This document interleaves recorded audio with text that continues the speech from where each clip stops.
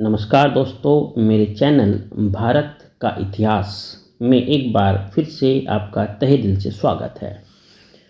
दोस्तों, आज मैं बात करूंगा कि भारत की जो राजनीतिक दशा थी वो कैसी थी जब बाबर ने भारत पर आक्रमण करने की ठानी और उस समय भारत किस हाल में था, ये मैं परिचर्चा करूंगा।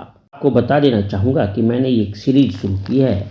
जब बाबर भारत आता है तो उस समय जो घटनाएं होती हैं और बाबर किस तरीके से भारत को विजय करता है, ये सारी बातें मैं अपनी छोटी छोटी वीडियो में आपको प्रस्तुत करूंगा और सारी जानकारियां आपको दूंगा। बस आप जुड़े रहिए और अगर दोस्तों चैनल को सब्सक्राइब नहीं किया तो ज़रूर कर लीजिए।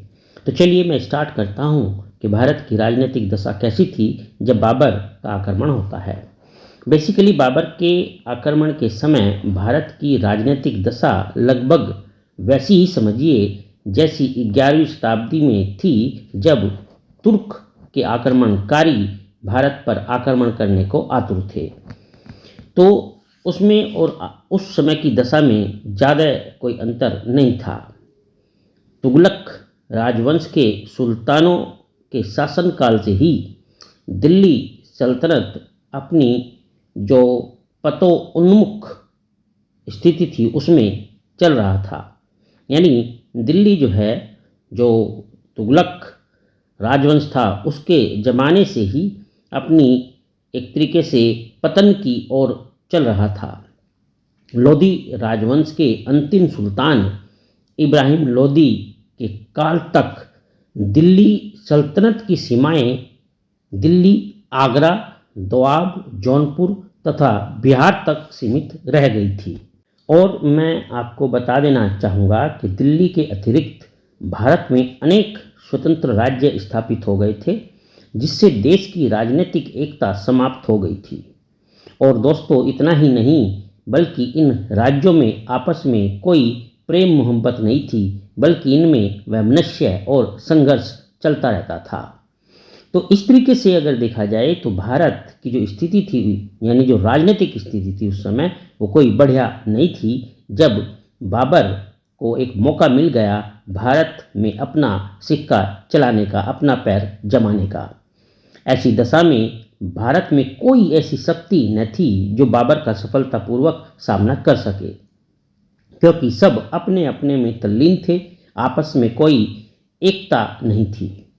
उस समय की तत्कालीन राजनीतिक दशा का अगर उल्लेख करें तो बाबर के शब्दों में, यानी बाबर की जो आत्मकथा है बाबरनामा, उसमें खुद बाबर लिखते हैं भारत की इस राजनीतिक स्थिति के बारे में कि जब मैंने हिंदुस्तान विजित किया तो यहाँ 5 मुसलमान तथा 2 काफिर बादशाहों का राज्य था।